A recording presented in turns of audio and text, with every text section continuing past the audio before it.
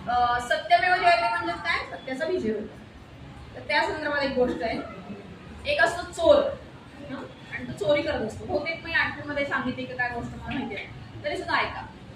की तो चोरी करत असतो, त्याचं कारण असतं की लहानपणापासून शिकलेला नसतो तो, शिक्षण नाही, काही नाही, कष्ट करण्याची फारशी तयारी नाही. मग हळूहळू छोट्या छोट्या चोऱ्या करत त्या पचतात, मोठ्या मोठ्या चोऱ्या करायला लागतो. कधी मार खातो, कधी पोलिसांच्या ताब्यात अडकतो. फार मोठा गुन्हा करत नाही, पण पोटापुरतं तरी का होईना मिळवण्यासाठी म्हणून तो चोऱ्या करत असतो.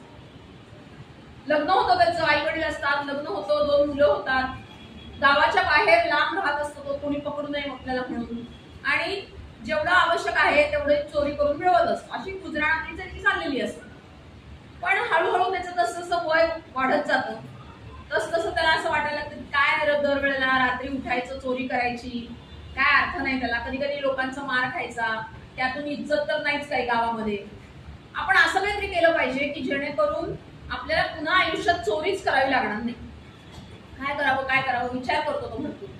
आणि मग त्याच्या असं लक्षात येतं की जे सगळे गावकरी असतात ते मंदिरात जाऊन तिथे खऱ्या सोन्याचे दागिने, खऱ्या सोन्याचे अलंकार, खऱ्या सोन्याची काही वस्तू अशा अर्पण करतात.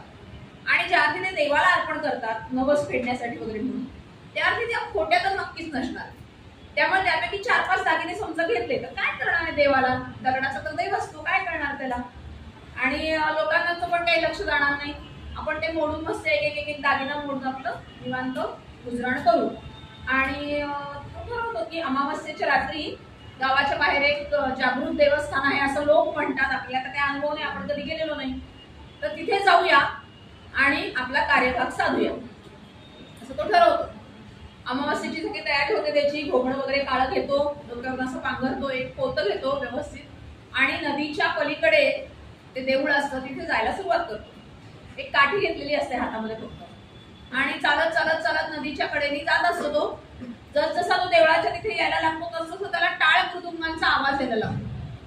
अरे बापरे, हे काय भुटटके तर आहे. तो मागे वळून बघतो, इकडे तिकडे बघतो, त्याला काही आढळत नाही, पण तरी आवाज येत असतो आणि मंदिराच्या बाजूने आवाज येत असतो. त्यामुळे त्याला असं वाटतं की काहीतरी असेल, बघूया म्हणून तो तिथे जातो. तर नेमकं मंदिरामध्ये त्या देवीची पूजा चाललेली असते आणि तिथे एक कीर्तनकार असतात, ते कीर्तन करत असतात, लोक जमलेली असतात, भजन चाललेलं असतं. आणि त्याला असं लक्षात येतं की आपल्याला थोडा वेळ थांबावं लागणार आहे.